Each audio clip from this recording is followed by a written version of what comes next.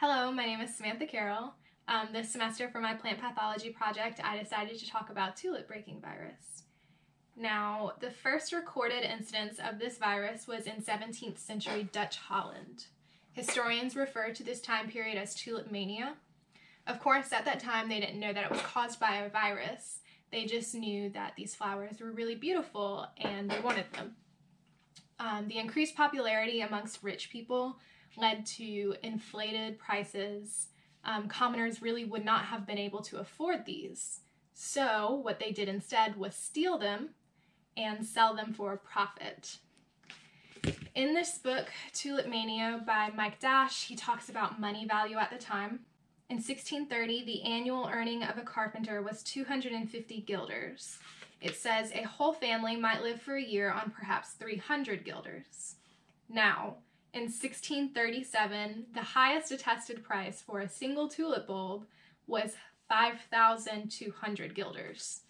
So, I don't know, if I were a poor person back in the day, I probably would have stole some tulip bulbs also. Carolus Clusius was a renowned botanist at the time. He was actually attributed with the popularity of the tulip in the first place. He reported a loss of up to 100 tulip bulbs in just one heist. Thievery was an option. Now I'm going to talk about the virus itself a little bit. It is vectored by the aphid, distributed worldwide with a host range of tulips and lilies. Now for my project, I decided to talk about the symptoms. The symptoms obviously being flower discoloration and leaf mottling occasionally. Now with tulip breaking virus, there are 3 breaking patterns. There is full break, self break, and average break. These breaks are determined upon the amount of 2 strains, the first being severe and then mild tulip breaking virus. These strains affect the amount of anthocyanins present in the flower. The anthocyanins determine the amount of pigmentation in red, blue, violet color schemes.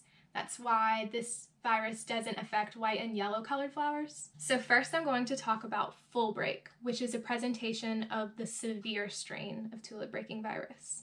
So as you can see right here in the middle, this one, the red is the representation of the original pigmentation, the anthocyanins right here.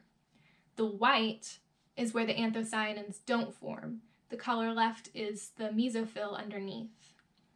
Next, I'm going to talk about self-break, which is the presentation of the mild strain of tulip breaking virus. This one right here on the end. It was a little bit hard to accomplish with the painting style that I chose, but I think you can see around the edges. So with this self-break, anthocyanins are produced in excess. So you can see the darker hue around the edges. It doesn't create the beautiful color schemes like with the other 2. Now the last one that I'm going to talk about is average break. This one is the most common. It is a representation of mild and severe strains working together. So as you can see, this one right here, like I said earlier, the white part is where there are no anthocyanins. And then the darker parts around the edges is where there is an excess of anthocyanins. Next, I'm going to talk about the control of the virus.